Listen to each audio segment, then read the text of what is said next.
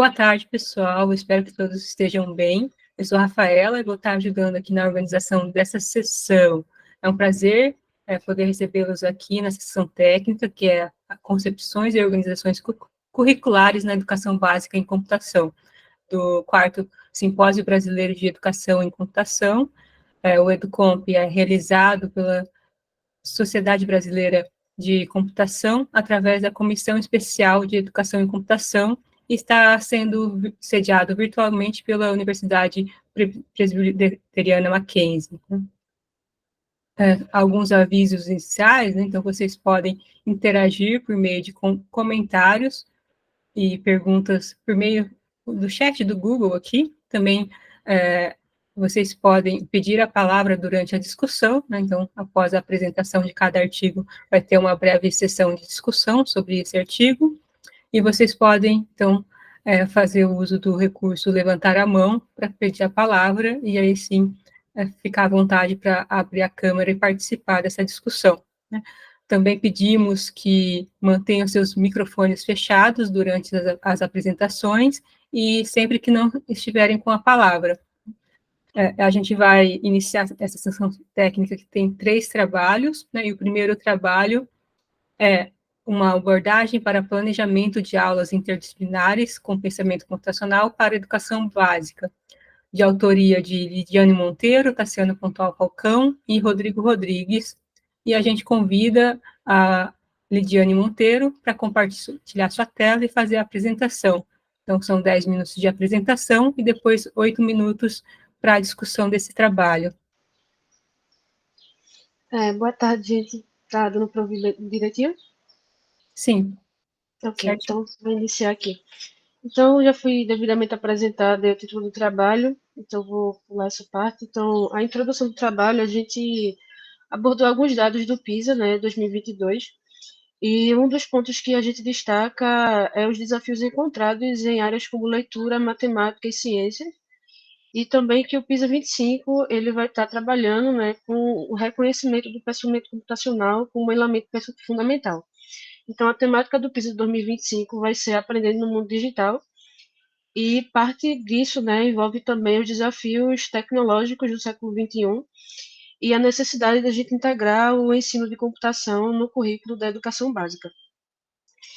E também, o ano passado, né, em 2023, tivemos a aprovação da BNCC Computação e a obrigatoriedade do ensino. E a partir disso foi definido 3 eixos: pensamento computacional, cultura digital e mundo digital. E, ao mesmo tempo, a gente percebe uma demanda, né, por aulas interdisciplinares, já que tem um desafio de implantar, né, nas escolas a disciplina, seja de maneira interdisciplinar ou seja de maneira focada. E aí o pensamento computacional ele vem de uma forma bem estratégica para essa implantação, já que ele consegue dialogar com vários conteúdos importantes na educação básica. E aí também tem o desafio, né, na formação dos professores, já que ensinar a computação enquanto ciência é algo um pouco assim difícil, já que a maioria tem aquele conceito, né, de informática, e como a gente vai trazer enquanto ciência, né, para o currículo. Então, professores que tenham formação em computação é extremamente importante, né, da licenciatura, e que os professores que não são da licenciatura em computação possam ter formação continuada para também contribuir, né, no ensino. E aí os objetivos do trabalho é investigar, desenvolver e avaliar uma abordagem inovadora para o planejamento de aulas interdisciplinares com pensamento computacional, e os específicos é uma metodologia abrangente para realizar a maratona educacional, que o nome hack é do CUMP, que envolve professores de educação básica. Outros objetivos específicos é aplicar a metodologia desenvolvida, né, com professores, avaliando a sua eficácia, e a promoção da articulação interdisciplinar no aprimoramento do ensino de computação. E aí envolvendo, né, professores de diferentes áreas, já que tem esse componente interdisciplinar. E também promover a colaboração entre professores da computação e das disciplinas, e disponibilizar de maneira pública um repositório com os planos de aula desenvolvidos. E aí, nos trabalhos relacionados, a gente teve esse apanhado, né, de ensino de pensamento computacional com outras disciplinas da educação básica, e também inferir, né, a eficácia do pensamento computacional em disciplinas da educação básica, como língua portuguesa, matemática, química, e nos diferentes níveis de ensino, né, o fundamental e médio. O método utilizado foi organizado, né, um evento no formato de maratona, com professores, seja licenciandos ou profissionais da área da educação, para criar soluções inovadoras para problemas educacionais. E aí o método é o trabalho em equipe, primeiro a formação dos times, depois o planejamento de aula interdisciplinar com o pensamento computacional, que foi o desafio da maratona, é um pitch de apresentação do plano de aula, votação da menção honrosa, então tanto os participantes como os mentores participavam dessa votação, e posteriormente a submissão do plano de aula no Classroom e o feedback escrito por parte da mentoria, né, sobre esses planos de aula. E, por fim, uma live de encerramento anunciando a missão honrosa, uma pesquisa de avaliação do evento, a emissão dos certificados e a publicação dos planos de aula no repositório público. Aqui a gente tem um esquema de como foi a metodologia para dividir os times, já que eram vários professores de diferentes disciplinas, então podia ser grupos com professores de computação e professores de uma disciplina específica, e o desafio de planejar aula interdisciplinar, ou professores de computação e professores polivalentes, com o mesmo desafio de planejar essas aulas. E aqui a gente tem um quadro, um exemplo geral, né, de como ficou esses times em uma das edições. Então, teve aqui português e artes e o total de membros e também a subdivisão de professores por disciplina. Então, a gente percebe que tem uma distribuição bem legal, né, de interdisciplinaridade para trabalhar no desafio. Outro ponto abordado, né, para a construção dessas aulas é que tinha as mentorias e também alguns critérios estabelecidos pela organização para construir essas aulas. Então, era avaliado a interdisciplinaridade com o pensamento computacional, as competências e habilidades da BNCC Computação, era obrigatório estar sinalizado nos planos, conexão com a sociedade, viabilidade da aula, a concepção de avaliação e a inclusão de diferentes perfis de aprendizagem. Esse era o cenário ideal, né, de uma aula construída nos planos. E aqui um exemplo dos repositórios, né, como é que ficou o portal, né, com essas aulas que foram publicadas. Então, alguns filtros, né, por nível de ensino e também destacando, né, quais são os eixos das aulas, o resumo e as disciplinas relacionadas. E aí os resultados é que tivemos duas edições realizadas, uma em abril de 2023 no Departamento de Computação da Universidade Federal Rural de Pernambuco e uma segunda edição realizada no Control-E em agosto de 2023. E o desafio era criar aulas interdisciplinares com pensamento computacional, os times poderiam escolher entre ensino fundamental e médio. E aqui, como resultado das duas edições, uma coisa em comum era que todas as aulas foram o ensino fundamental, não teve nenhum grupo que produziu aulas para o ensino médio, e mais ou menos aqui a distribuição das habilidades de computação que cada plano de aula trabalhou.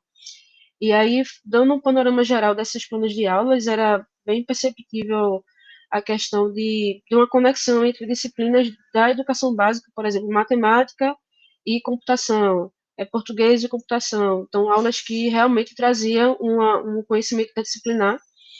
E aí, cada equipe, né, tentou buscar esses objetivos. E aí, lá no repositório, tem mais detalhado cada plano. Aqui, o foco vai ser mais realmente na metodologia. E aqui a pesquisa com os participantes, então, sobre o nível de concordância sobre as atividades desenvolvidas, então, a respeito de se as atividades ajudou os participantes a perceber a integração do pensamento computacional com a prática docente, e a questão de se eles percebiam, né, aplicando esses planos de aula na escola, a maioria concordava com isso, sobre a dificuldade de relacionar pensamento computacional e também se era distante da educação básica, houve discordância nesse ponto, e aqui a gente tem um gráfico mais ou menos distribuindo esses dados. E também tem a questão da importância dos professores de computação. Eles puderam avaliar se era importante contratar professores e também a importância do professor de computação participar na elaboração das aulas. Tem aí um pouquinho ali de discordância em relação à contratação, né, de professores, isso ainda é uma discussão grande, né, a respeito da valorização dos professores da licenciatura em computação. E aí buscou-se também, nesse evento, a gente também conseguir integrar mais, né, mostrar a importância dos professores, ou a atuação do professor de computação junto com esses professores. E aqui outra é sobre a qualidade dos planos de aula, desenvolvidos, eles avaliavam o do próprio grupo e também os planos de aula de forma geral do evento. E aí a gente percebeu nesses dados que os avaliados pelo próprio grupo, né, tinham uma exigência um pouco maior, então alguns ficaram neutros, mas de forma geral a maioria, né, gostou dos planos de aula que foram produzidos. E aí, considerações finais, a gente percebeu a originalidade nos planos de aula e também uma integração importante, né, entre pensamento computacional, a BNCC e a BNCC Computação. As propostas têm um potencial de envolver os estudantes no pensamento computacional, trazendo metodologias ativas, uma aprendizagem também mais significativa, né, relacionada com os conteúdos escolares.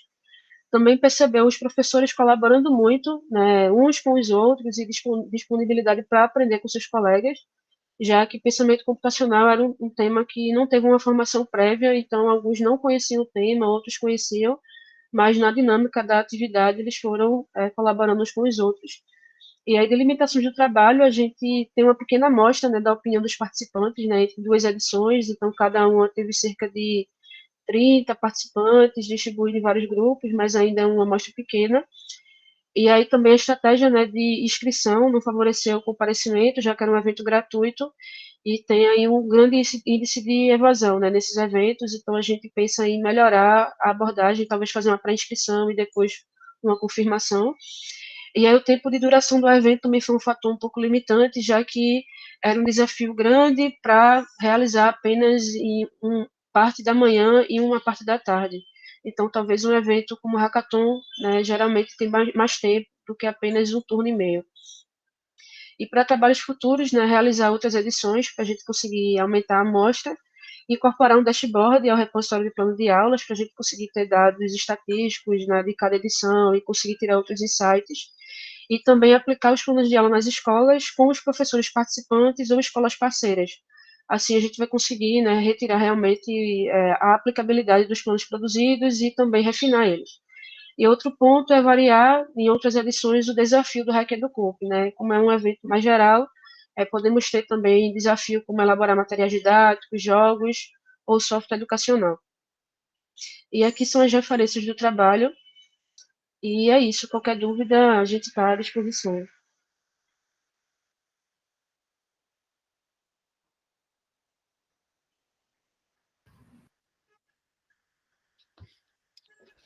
Parabéns, Lidiane e os autores desse trabalho. Também agradecemos por compartilhar sua experiência e no meio dessa apresentação. Agora a gente vai para a parte de discussão, né? Então, ficam aí à vontade para abrir os microfones e perguntar, e também perguntar via chat, né?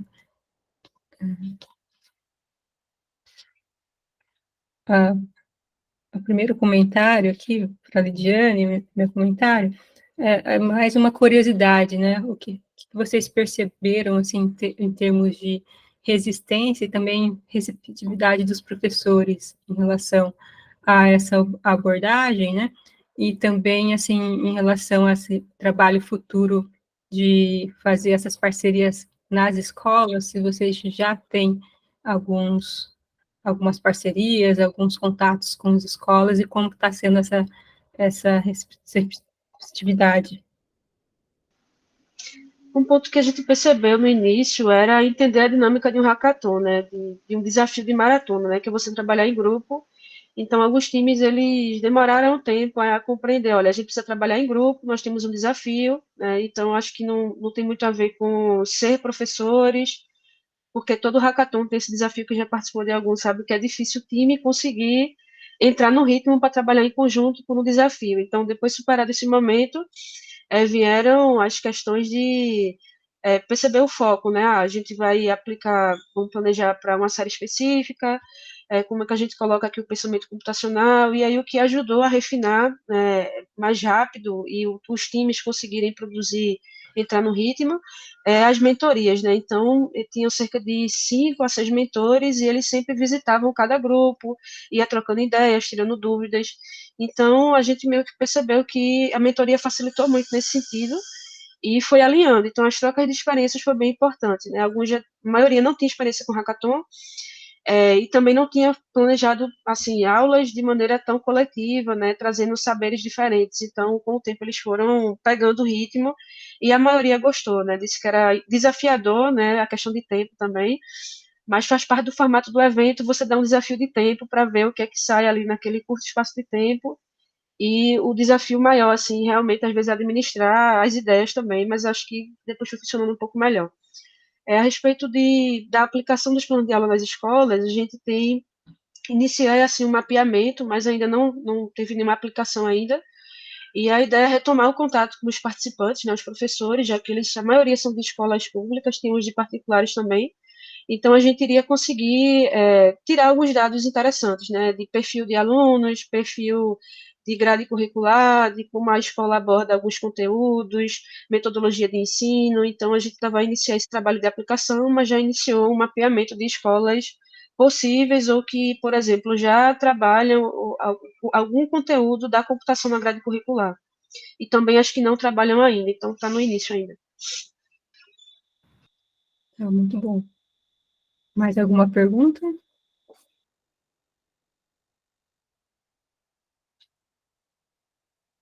Tassiana, pode. Oi, Rafaela.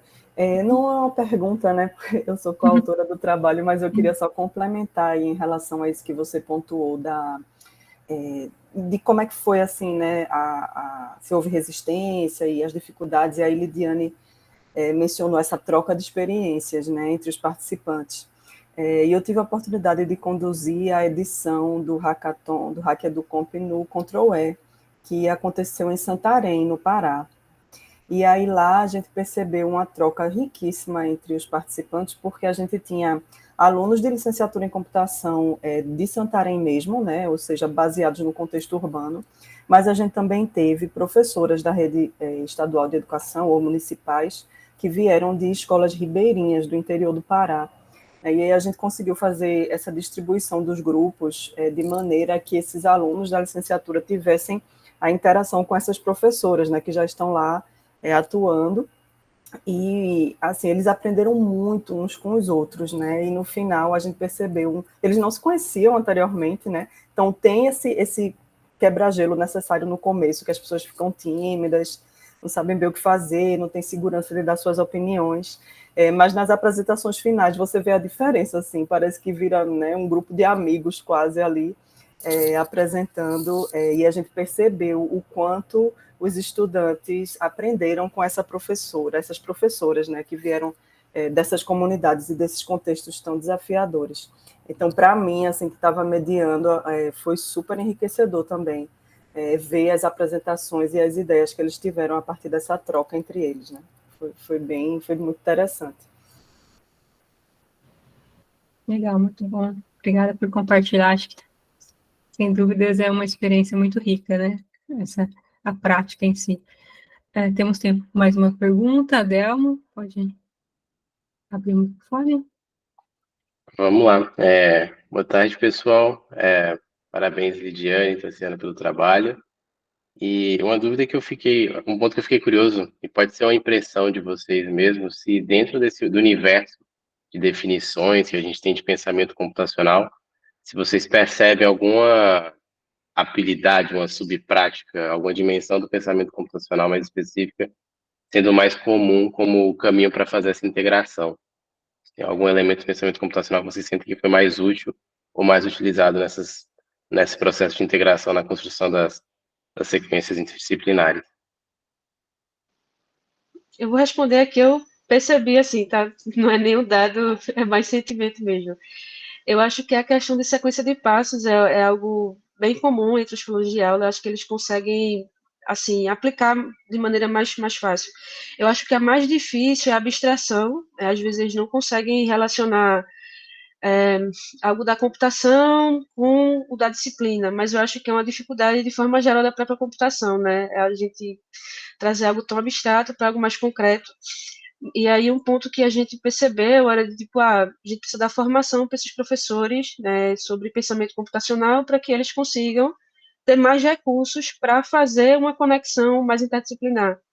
E aí até uma das sugestões, né, que a gente rodava no formulário era tipo, ó, sugestões para um próximo evento. Dizia assim, olha, uma formação, um pré-evento, né, sobre pensamento computacional, para que todo mundo pudesse ter uma questão mais teórica, alguns exemplos mais práticos. A gente também deixou alguns planos de aula, alguns recursos que eles podiam consultar para facilitar na construção da aula. Então, isso também foi muito bom, né? Até a Roselma, que está aqui no evento, tem um livro, né, para o ensino fundamental, a gente colocava nesse repositório.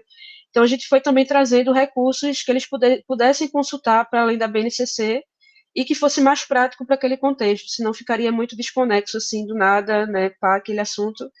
E acho que é um dos assuntos do pensamento computacional, dos elementos que facilita, eu acho que é a sequência de passos.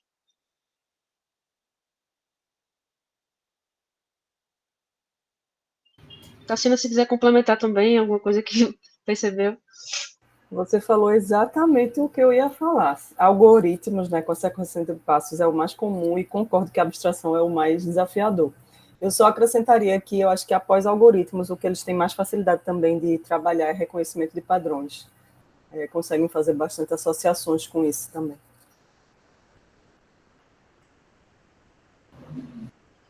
Eu agradeço a participação e agradeço a Lidiane e a Tassiana por apresentarem o trabalho e vamos para a próxima apresentação.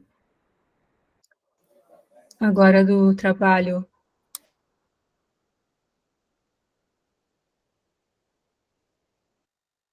posicionando a BNCC Computação, uma comparação com documentos curriculares. Espera aí só um minutinho que eu li um trabalho aqui. O segundo trabalho de hoje é o impacto da nova matriz curricular na licenciatura em computação no desempenho dos discentes, de autoria de Laura Gabriela da Lira Silva, Abílio Nogueira Barros e Tassiana Pontual Falcão. E quem vai apresentar é a Laura. Fique à vontade, Laura, para compartilhar a tela e fazer a sua apresentação em 10 minutos. Tá certo. Obrigada. Boa tarde a todos. Então, eu vou iniciar aqui a apresentação. Deixa eu passar aqui. Então, esse foi um trabalho, como foi dito aí, construído por mim, o Abílio e a Tassiana. Esse trabalho, ele visa mostrar essa mudança que teve na matriz curricular da licenciatura em computação na Universidade Federal Rural de Pernambuco. Então, aqui na introdução, a gente trouxe, né, esse objetivo da computação, da licenciatura em computação, primeiramente, que é formar profissionais, né, para atuar nessa área da docência. E também a gente destaca um ponto muito importante, que a Rural ela é uma das pioneiras com licenciatura em computação, então ela está entre as 3 universidades que teve aí. Então, foi instituído em 1999, e desde lá o curso de licenciatura em computação vem seguindo. Essa mudança ocorreu de 2017 a 2018, que aí teve a reformulação, né, do projeto pedagógico, foi em 2017, mas só foi legalmente autorizada em 2018. Então, tem um caráter muito importante essa mudança na matriz, porque a matriz ela era a mesma fazia muito tempo, e a computação está sempre em desenvolvimento, então não fazia mais sentido ficar, abordando as mesmas cadeiras, sem nenhuma inovação e também percebendo, em questão de dificuldades dos estudantes, né, a maneira de abordar, em questão de ter muito acúmulo de informação em apenas uma cadeira só, e perdeu o sentido em ter isso, então foi decidido, formular essa nova matriz. Passando aqui, então, os principais objetivos desse trabalho, em caráter, né, dessa mudança, foi, primeiramente, realizar uma análise comparativa dos dados, né, dos discentes, entre e após a implementação da nova matriz curricular. Então, a gente teve esse comparativo, trazendo dados antes de 2018 e após 2018, quando fez a mudança da matriz, como se deu, né, o desempenho dos estudantes dentro do curso mesmo.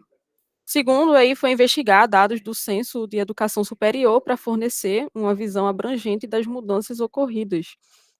Então, a gente foi também em busca desses dados dentre o censo, para ver onde tinha sido atingido dentro do censo, e se tinha mostrado algum resultado. E também, a gente examinou dados, né, do curso que foram disponibilizados para a gente, pelo portal Sabiá, para poder compreender o impacto dessas mudanças, né. E o que é o portal Sabiá? O portal Sabiá é um portal da Universidade, né, Federal Rural de Pernambuco, onde tem todo o detalhamento, de gráficos e quantitativos também, em relação ao desempenho dos docentes, dentro dos docentes não, dos discentes, dentro das disciplinas. Então, foram disponibilizados alguns dados, e a gente fez essa coleta e essa análise comparativa.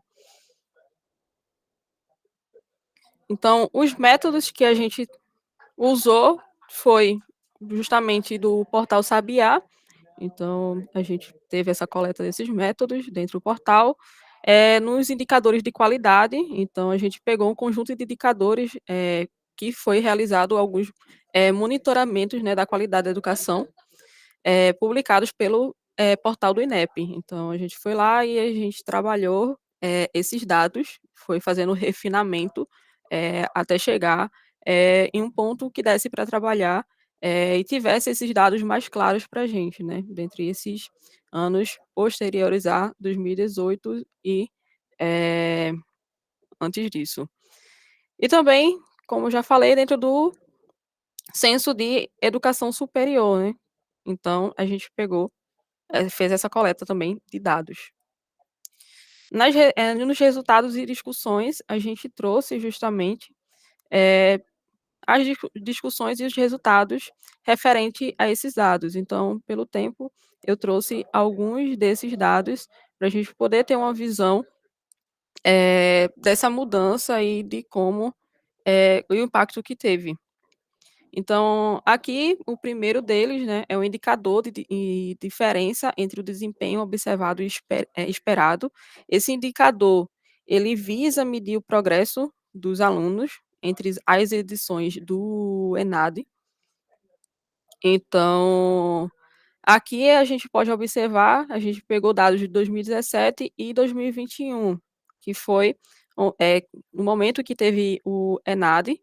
Então aqui, ó, na faixa contínua, o nosso curso, o curso de licenciatura em computação, ficou com 4.021. Na faixa ele está com 5, que é a nota máxima. O contínuo é 2.780 e a faixa é o 3, que é a nota máxima.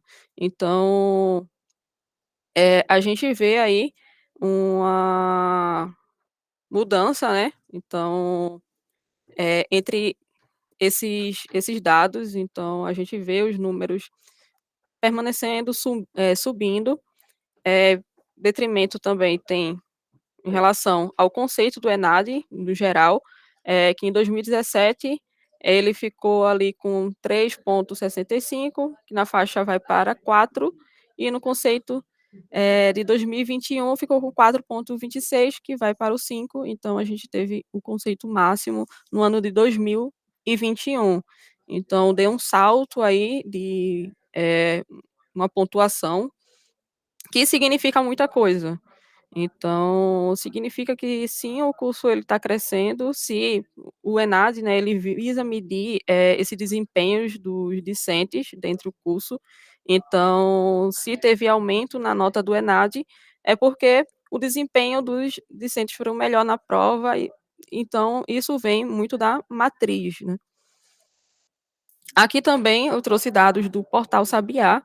Então no portal Sabiá, na antiga matriz, a gente pegou um comparativo, principalmente daquelas cadeiras que são mais que tem mais um nível de dificuldade maior, dentro do curso, então são cadeiras de maioria cadeira de programação, é uma cadeira base, mas que tem, uma certa dificuldade pelos estudantes, muitos vêm sem, nunca ter visto, e que a gente sabe também que tem a dificuldade para adentrar nesse mundo da programação, desempenhar códigos. Então, antigamente,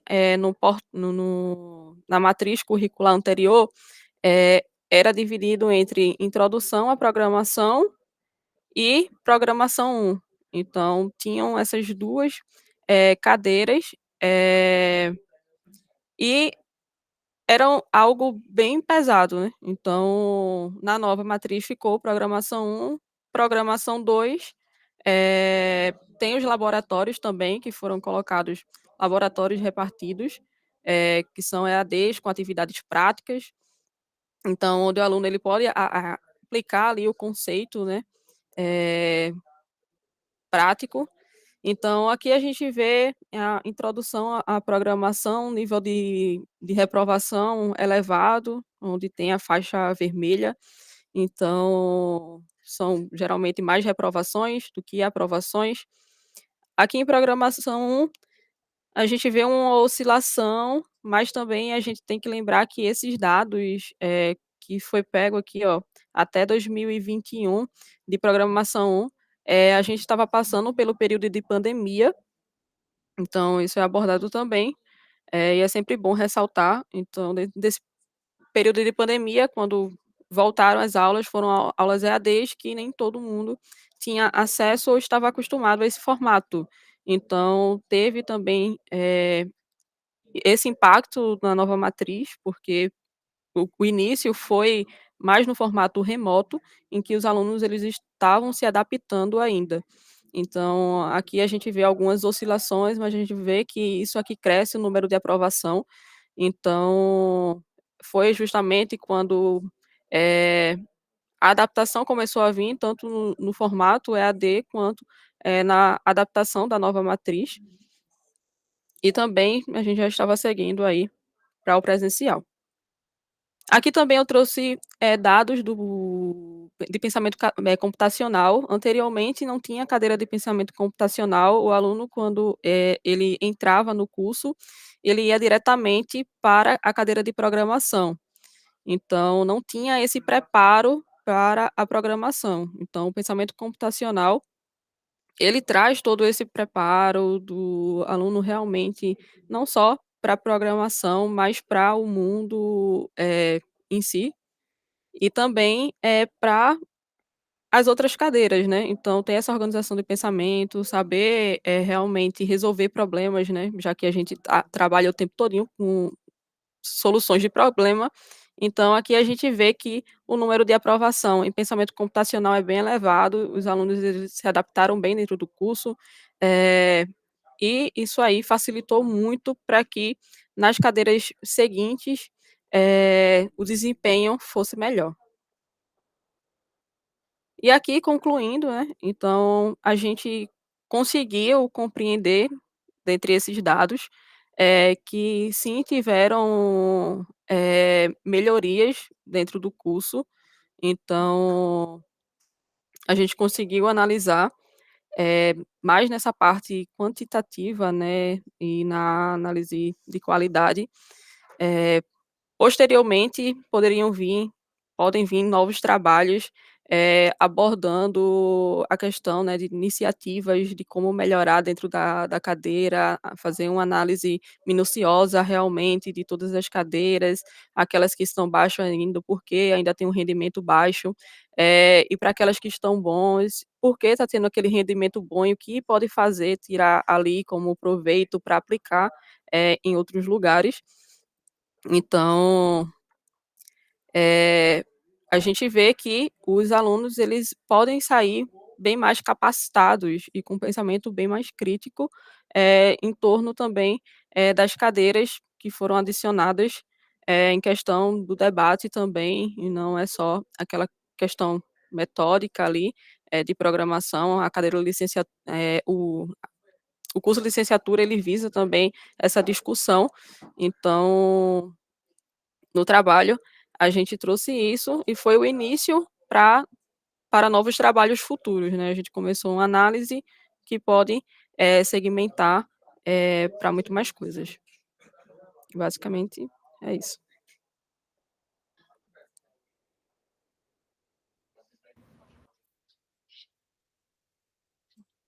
Obrigada, Laura, por compartilhar os resultados dessa pesquisa e parabéns pelo trabalho, você e as autoras. E agora a gente tem aí 5 minutos para discussão, né? Gostaria também de começar aqui a discussão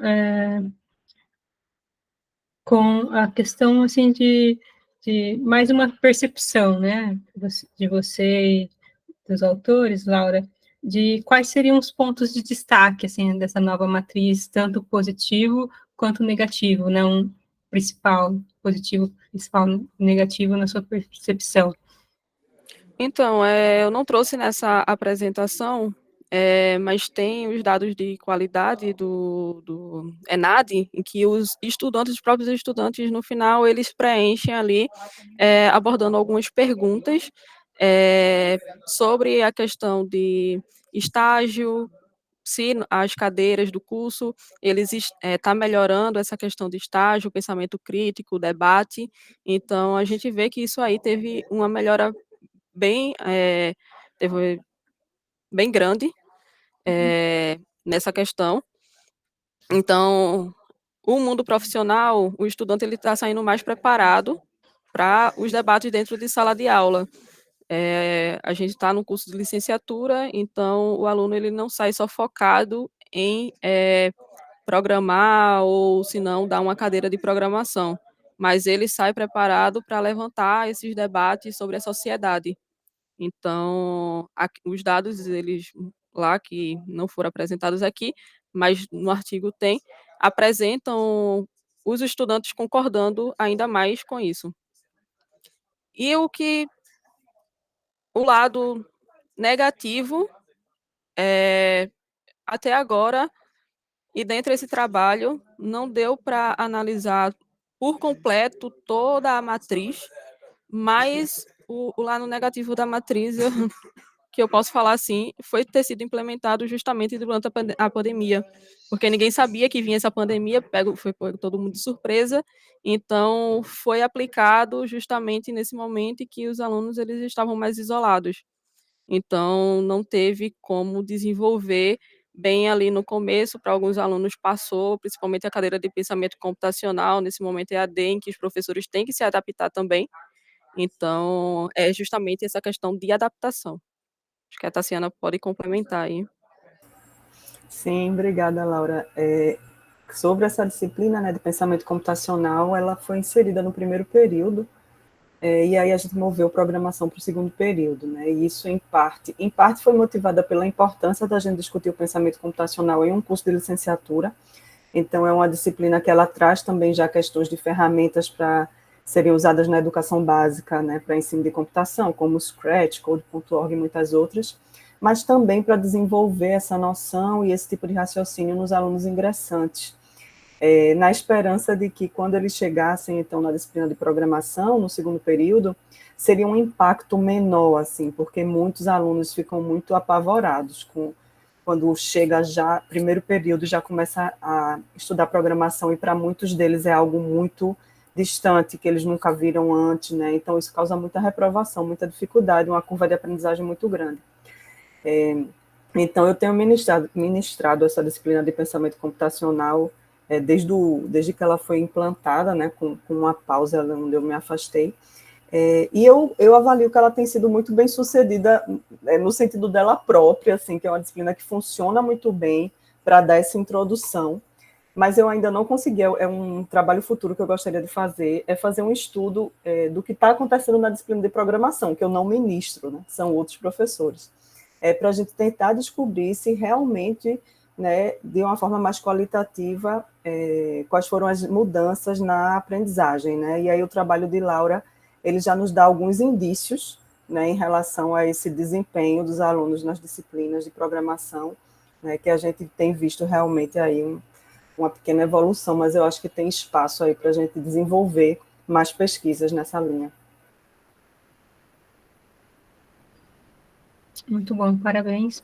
Temos tempo para uma última pergunta.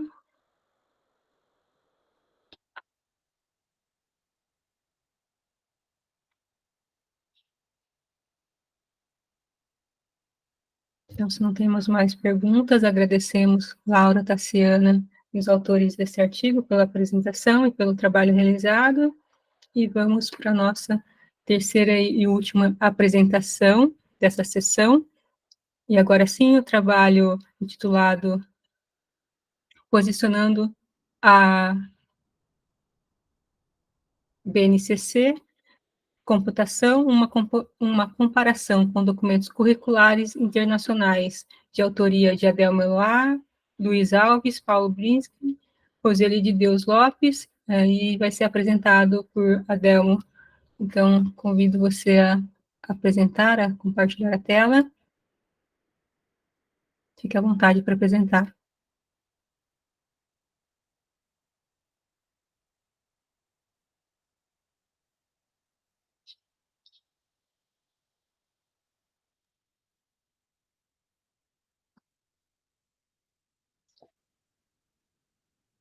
Vocês veem minha tela?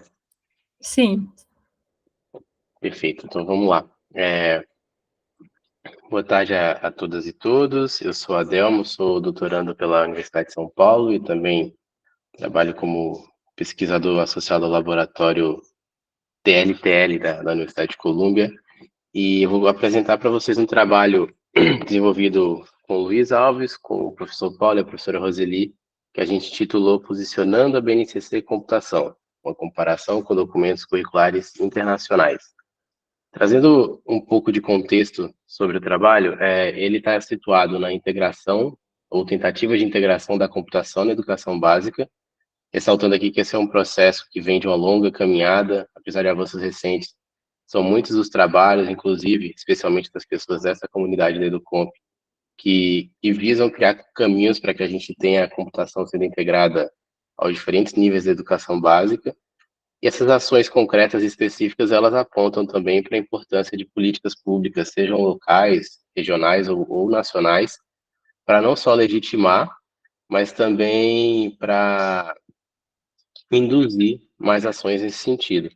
Então, além de necessárias, essas políticas também são complexas, e falando só de uma das dimensões dessa complexidade, nós temos diferentes motivações para falar sobre integrar a computação na educação básica. Alguns autores já fizeram estudos documentando essas diferentes motivações, que vão desde o interesse de aproximar o mercado de trabalho, demandas do mercado de trabalho da educação básica, a trazer habilidades que a gente entende que são importantes no ensino superior, especialmente na computação no ensino superior, trazer essas habilidades, são características do campo da ciência da computação para a educação básica, em especial o pensamento computacional.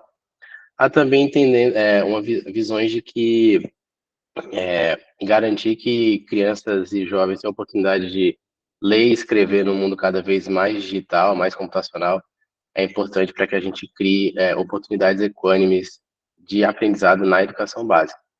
E um avanço recente nessa direção foi a BNCC Computação. Vou falar brevemente sobre ela foi tema já de outras sessões nesse e em outros EduComps, mas a BNCC Computação, ou complemento de computação à BNCC, é um documento que descreve habilidades específicas no ensino da educação infantil, ensino fundamental e médio, habilidades específicas relacionadas à computação, do que se espera que crianças e adolescentes tenham a oportunidade de aprender e desenvolver ao longo da educação básica. Então, de certa forma, é uma aproximação do que foi discutido, apresentada na sessão agora, na última apresentação, uma aproximação de tudo aquilo para o contexto da educação básica. E a BNCC Computação é um documento importantíssimo para legitimar esse processo de aproximação de integração da computação na educação básica. Ele foi publicado em 2022 e levou a gente à seguinte pergunta de pesquisa. E é nesse contexto da BNCC Computação, nossa pergunta de pesquisa foi: como as habilidades propostas nas normas de computação da BNCC Computação se comparam com padrões curriculares de outros contextos? Para tentar responder essa pergunta, além de utilizar como referência trabalhos similares, estudos similares feitos para outros contextos, que vocês podem olhar com mais calma no artigo, nós utilizamos como abordagens a pesquisa documental e a análise de conteúdo. Esse processo, esse tipo de abordagem, ele começa com a seleção de documentos similares ao que a gente tem como documento de análise, e para identificar esses documentos, a gente utilizou como critérios de seleção documentos que também fossem de abrangência nacional, que tivessem habilidades específicas para cada ano escolar, o grupo de anos escolares ou níveis escolares, e também documentos que estivessem disponíveis em português, inglês ou espanhol, que eram os idiomas de fluência de pelo menos um dos autores do trabalho, para que a gente reduzisse erros de interpretação relacionados ao idioma. A partir desse processo, a gente identificou 2 documentos para comparação com a BNCC Computação. Um foi o Currículo de Tecnologias Digitais da Austrália, e o outro, o Currículo de Computação, também com esse nome, do Reino Unido. E para fazer a comparação em si, nós selecionamos 3 estratégias. E aqui, diferente do artigo, eu vou falar um pouquinho da estratégia e falar dos resultados associados a ela. Então, a gente vai por camadas apresentando os resultados, estratégias e resultados, tá bom? Então, a primeira camada foi a comparação do nível de detalhamento a partir da quantidade e tamanho médio em palavras das habilidades de cada documento. Aqui eu já trago os resultados dessa análise. A gente percebe, por exemplo, que o documento brasileiro tem um número de habilidades muito superior aos demais comparado. Isso é justificado pela estrutura do documento em si. É o único dos 3 que traz habilidades para cada ano, ao invés de habilidades, por exemplo, do Fundamental 1, Fundamental 2, habilidade do primeiro, do segundo, do terceiro. Então, isso leva naturalmente a um número maior de habilidades. E comparando o número médio de palavras por habilidade, a gente identificou que o documento brasileiro tem um número médio inferior ao do Reino Unido e, por coincidência, um número igual ao da Austrália. Mas a gente percebe que o desvio padrão da BNCC Computação é razoavelmente superior. E o que isso indica? Indica que a gente tem uma menor uniformidade no comprimento, entre aspas, das habilidades da BNCC Computação. Então, a gente tem habilidades muito curtas, muito longas, isso varia mais no nosso documento, no BNCC Computação, do que, por exemplo, em relação ao documento curricular australiano. Indo para uma outra camada, a gente fez a comparação da ordem de complexidade relacionada à taxonomia de Bloom a partir dos principais verbos utilizados para descrever as habilidades em cada documento. Esse processo começou com o mapeamento dos verbos presentes e significativos em cada uma das habilidades de cada documento. Eu trago o quantitativo para quem quiser, a gente pode entrar em detalhes depois, mas só ressaltando que a mesma habilidade poderia ter mais de um verbo selecionado aqui nessa análise. E aí, com esses verbos selecionados, nós fizemos a categorização deles com base na taxonomia de Bloom aplicada à computação, que é uma definição proposta recentemente por alguns autores em um trabalho apresentado na SIGS.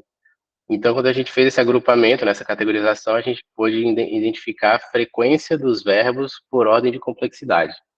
E aqui nessa tabela que a gente pode perceber que a BNCC Computação tem uma frequência superior aos outros 2 países para as categorias, para as ordens inferiores de complexidade. Então, verbos mais associados a lembrar, a compreender, e também uma ordem um pouco mais superior, verbos associados à categoria de analisar. Chama também a atenção na direção oposta que a gente tem uma frequência menor, razoavelmente menor na categoria, na ordem avaliar, e também para verbos associados a criar, quando comparado com os outros 2 documentos. E indo para a terceira categoria de análise, de comparação, a gente comparou a presença de conceitos e práticas de ciência da computação, codificando as habilidades com base no K-12 Computer Science Framework, que é um documento que eu posso entrar em detalhes depois também, caso tenha interesse. Esse documento, em resumo, ele define 5 conceitos de ciência da computação e 7 práticas de ciência da computação para a educação básica, e apresenta esses conceitos e práticas bem definidos, o que facilita um processo de codificação por diferentes pesquisadores. Então, a gente utilizou esse framework para fazer essa comparação entre os 3 documentos. Falando primeiro dos conceitos, a gente percebe que o documento brasileiro, a BNCC Computação, tem uma frequência superior em relacionadas a conceitos como algoritmos e programação, que a gente estava também falando na primeira apresentação, então, questões como seguir uma sequência de etapas para atingir um objetivo, o processo de algoritmos, construção de algoritmos. Além disso, conceitos relacionados a redes, internet e impactos da computação. Por outro lado, algo que chama atenção aqui, por exemplo, é que a gente tem o conceito de dados e análises no documento brasileiro razoavelmente inferior ao documento australiano. O que isso pode apontar? Que uma outra discussão associada à ciência da computação na educação básica, que é a ciência de dados, talvez esteja melhor incorporada já no currículo de computação da Austrália do que no documento brasileiro, por exemplo. E aí, falando um pouco das práticas, a gente identificou que a BNCC Computação tem uma frequência da prática relacionada à colaboração, colaborar em torno da computação, superior aos outros dois documentos, e a gente teve algumas práticas relacionadas a pensamento computacional, como reconhecer e definir problemas, desenvolver as abstrações, que também foi mencionada na primeira apresentação, e especialmente testar e refinar artefatos inferiores aos outros dois documentos. O que isso pode indicar, né? E aqui as práticas com o PC na frente são as práticas que o documento, o framework, aponta como práticas diretamente associadas a pensamento computacional. A gente percebe que talvez o nosso documento, comparativamente falando, ele foca mais que os outros dois, ele dá um enfoque maior em relação à construção de artefatos computacionais do que a outras dimensões do pensamento computacional, especialmente testar e refinar artefatos computacionais, de novo, comparativamente falando. A gente entende que esse é um trabalho inicial nesse processo de comparação, então várias limitações fazem parte desse processo. Eu destacaria a questão que analisar um documento curricular é analisar uma peça do quebra-cabeça, que é esse processo de integração da computação na educação básica. Então, qualquer inferência que a gente faça desse processo fica limitada ao documento e não necessariamente ao que vai, de fato, acontecer em sala de aula. Ao mesmo tempo, a gente identifica várias possibilidades de trabalhos futuros a partir desse tipo de análise, como a integração, a combinação com outros métodos de pesquisa, seja quantitativos ou qualitativos, ou a comparação mais específica de um construto como abstração, como que a abstração é trabalhada em cada documento, como que é a progressão em torno desse construto. Então, outras análises podem, de fato, enriquecer e deixar esse processo de comparação ainda mais rico.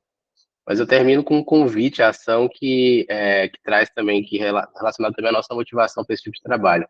A gente entende que a gente deve bastante celebrar a homologação da BNCC Computação, e é missão nossa como comunidade também garantir que esse seja um documento vivo. Então, a gente está vivenciando agora a construção de currículos estaduais, municipais, a partir da BNCC Computação. A gente tem que garantir que esses processos, mas também a comparação com outros contextos, gerem insumos para que a gente continue melhorando esse documento nas oportunidades de revisão dele. Ou seja, que ele de fato seja um documento vivo. É isso, obrigado e estou aqui disponível para dúvidas, comentários, fiquem à vontade. Muito obrigada, Del, por compartilhar o trabalho de vocês e parabéns pelo trabalho. Eu abro aqui para a parte de discussão. Alguém tem alguma pergunta? Tassiana? Oi, Adelmo, parabéns pelo trabalho, eu achei super interessante, e a apresentação também foi muito clara, né? Muito, muito legal, assim, as tuas análises, né, e dos seus coautores.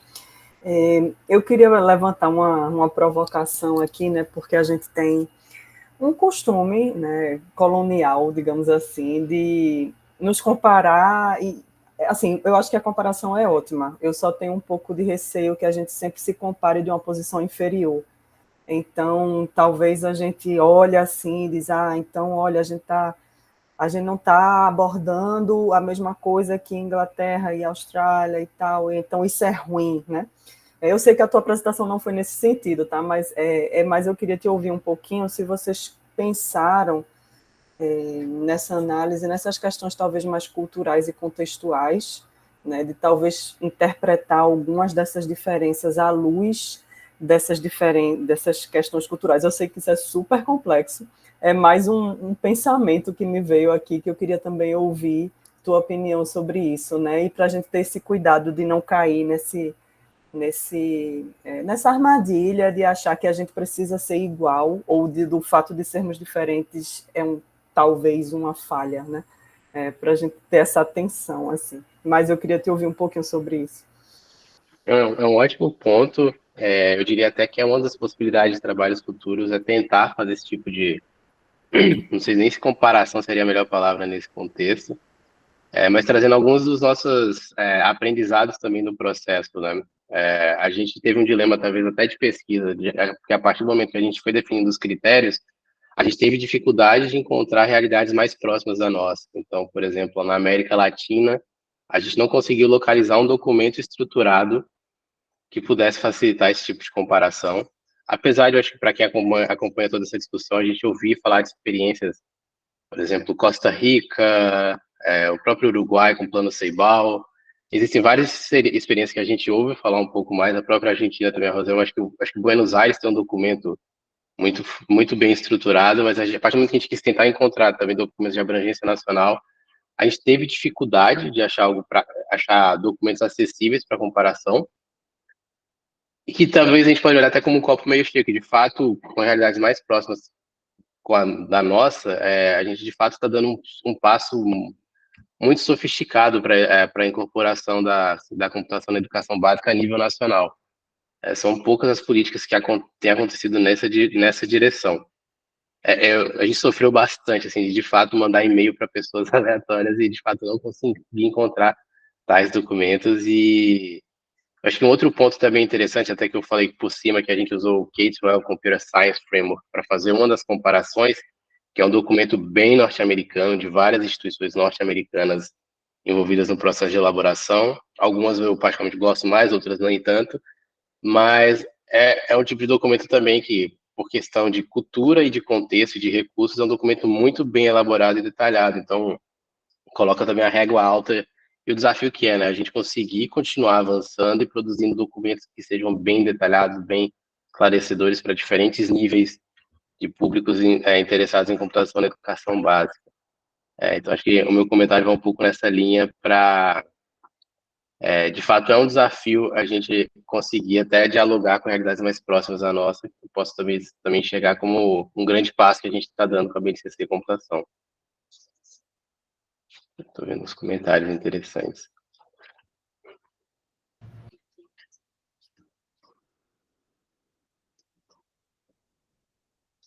A Roselma compartilhou que a Argentina já tem experiência nessa área também.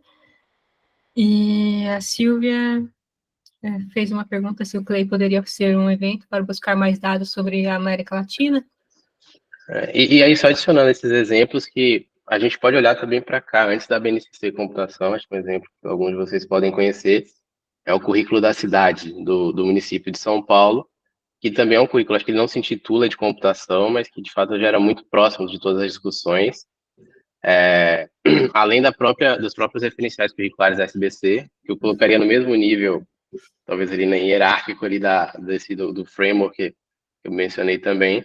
Existem outros documentos que podem ser considerados documentos para comparação, a depender dos critérios que se usem. Então, um outro caminho possível, de fato, é talvez abrir mão desse olhar abrangência nacional para experiências locais, até que são talvez mais efetivas em termos dessa transferência, né, de um documento curricular para o que de fato deve estar acontecendo em sala de aula.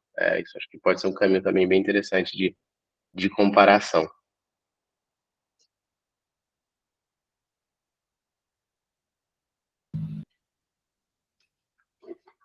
Muito bom. Uma curiosidade aí, quais seriam os próximos passos do seu trabalho, Adela?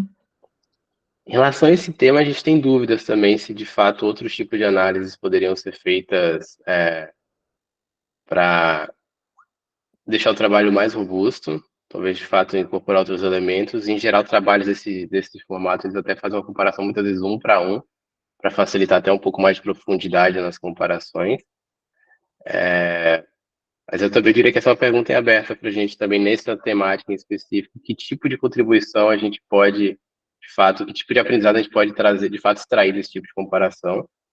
Um movimento que eu particularmente tenho curiosidade, talvez vai ser uma outra dimensão de comparação, é a parte da BNCC Computação e da construção dos currículos de referência estaduais.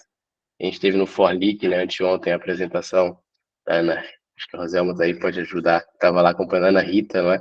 Apresentando a experiência do Rio Grande do Sul. Talvez quando a gente tiver esses documentos estaduais, uma comparação entre estados vai ser bem interessante também para a gente tentar entender um pouco não só do processo, mas do produto, diferentes tipos de produtos, entre aspas, a partir da BNCC Computação. Então, eu diria que continuar. Obrigado, Ana Rita, isso mesmo. Continuar acompanhando esse processo do que vai ser derivado, dos documentos derivados da BNCC Computação. Você vai ter muito pano para manga aí, depois que todos esses documentos forem gerados, hein? E é complexo, eu acho que só ressaltando o que você também trouxe, professora Tassiana, que de fato são comparações que têm que ser cuidadosas, então todas as ressalvas quanto a o que está sendo comparado, por quê e por quem também. Acho que até trazendo uma devolutiva bem interessante de um dos revisores no processo, de fato, deixar claro quem são as pessoas que estão comparando, o que elas trazem de bagagem teórica, mas também de contextual. Tudo isso influencia esse tipo de estudo, né? Importante ressaltar. Principalmente essa questão que está sendo pontuou do contexto histórico-cultural de cada país, as questões de necessidades mesmo, porque não adianta você ter um currículo robusto, mas as necessidades ainda são outras. Às vezes, deveria se trabalhar mesmo lá na camada mais baixa da taxonomia de Bloom, né, para ao longo do tempo ir avançando, né? Então, talvez entender também essas necessidades particulares e o quanto que, assim, isso pode ir amadurecendo ao longo do tempo, talvez, assim, para a realidade do país seja um avanço, né, do que posicionar como a falta em direção a isso, a níveis mais complexos, mas ainda não tem a base, né? Então, acho que o seu trabalho pode auxiliar muito nesse sentido também, de destacar, né, essas questões, talvez até em questão, assim, de como que está descritas essas habilidades, porque, às vezes, a própria escrita dificulta o entendimento e a aplicação do que era realmente necessário, né? Então, talvez, assim, tem muito que pode ser comparado e melhorado, mas aí, às vezes, tem que ter esse pé atrás para, de fato, não comparar realidades distintas e trazer soluções que não sejam adequadas para o nosso contexto, né? Mas, muito bom, parabéns pelo trabalho. E aí a gente chega ao final dessa sessão. Antes de encerrar, gostaria de convidar a todos para abrir as câmeras, para a gente tirar uma foto, para registrar esse momento, e depois vou fazer o encerramento.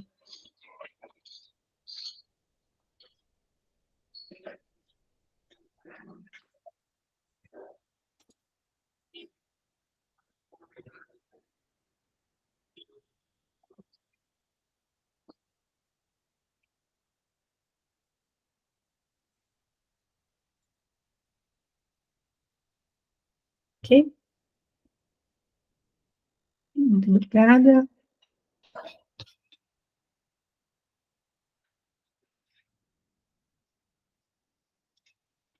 Parabéns a todos e todas. Estamos chegando ao fim dessa sessão, Concepções e Organizações Curriculares na Educação Básica em Computação, do 4º Simpósio Brasileiro de Educação em Computação. Foi um prazer estar com vocês, conhecendo mais um pouco dos resultados desses trabalhos produzidos por nossa comunidade. E convido vocês a conferir a programação do site e continuar conosco no EduComp 2024, e até a próxima atividade, então. Até mais.